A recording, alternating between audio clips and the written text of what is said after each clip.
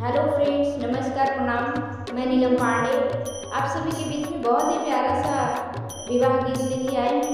आशा करती हूँ आप लोगों को पसंद आए। प्लीज़ विवाह गीत पसंद आए तो अपना आशीर्वाद दीजिए, मेरे चैनल को सब्सक्राइब कीजिए, वीडियो को लाइक कीजिए, शेयर कीजिए, प्यारा सा कमेंट जरूर दीजिएगा। आइए गीत का आनंद लेते हैं।